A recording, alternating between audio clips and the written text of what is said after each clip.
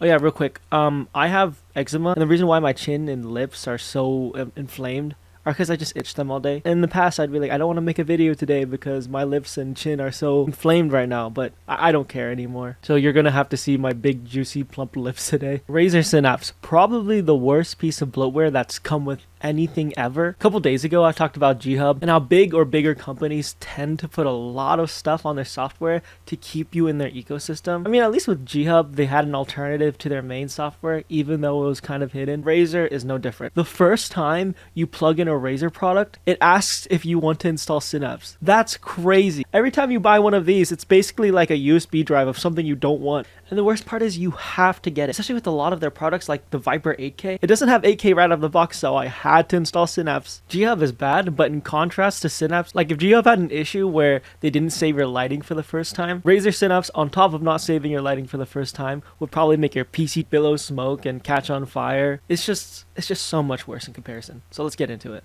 Let's start on Razer themselves. I mean, there's comments on this video from 12 years ago. Man, does Razer never read comments because it doesn't seem like they have any intention of helping anyone. This Synapse software is clearly flawed and it's frustrating as hell. I have not seen one positive comment. I scrolled past and read about 50. And then still now in the modern day, is Razer Synapse the most ridiculous app ever? They added ads into my mouse software. I'm excited when I can even get Razer Synapse to open. This person fixed their problems with Razer Synapse by throwing their headphones away. Every time you look up something about Razer Synapse, there's always people complaining about it. Here it is. Here's Razer Synapse. And there's 3 ads. I mean, the software is fine. You get it to work. They even have this calibration thing, which I used, and it didn't really do much for me. It's just screaming, get immersed in our ecosystem. Please use this. You have to use this. Just 7 days ago, Razer Synapse is pure torture. Connecting using PC Bluetooth was also a struggle. No need for every corporation to be evil with their products and software. Razer recently came out with a new version, Synapse 4.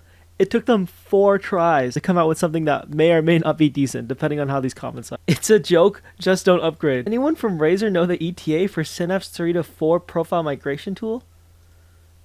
If you created a profile in Synapse 3, you can't even move it to Synapse 4. Not even with the login. That is crazy. Hey guys, I know that the first 3 times that we released something, it didn't work very well, but this 4th time, I swear, this is the last time. You're gonna have to put it on your profiles, make all your macros. Last time, I promise. I just downloaded Synapse 4. The fact that it didn't even ask me if I had any old profiles to import is insane. Most people aren't even updating their Synapse, but for the people that do update their Synapse, Razer isn't even accommodating for them. Synapse 4 makes you sad.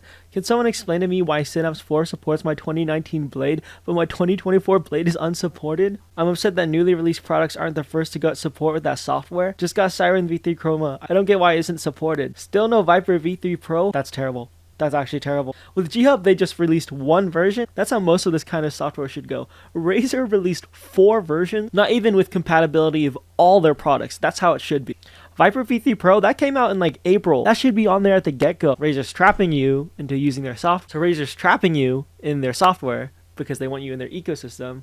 But even the people who buy the newest things like the V3 Pro who want to be a part of that ecosystem aren't even supported. Razer Synapse installed itself before Windows and even finished installing. Oh my god. All in all, Razer Synapse sucks, and I was just joining in on kicking it while it's down. But Razer, if you're watching this, which I highly doubt you are, but still, if you're watching this, the best way to deal with this, don't put so much garbage on your software. That's why it doesn't work. There's just so much bloat. I mean, I have Task Manager open right now, and Synapse is taking about like half a gig of RAM. We don't need that. We're not asking for that. A lot of people's setups, they just have 1 or 2 Razer products, and that's really it. The audience exists, people who want to fully integrate, but most people just have a mouse or a keyboard or something, and they don't need entire software. So offer something like Onboard Memory Manager that's really easy to use, really easy, really intuitive, and you don't have to worry about it breaking because there's not so much garbage on there. Okay, that's it. See ya.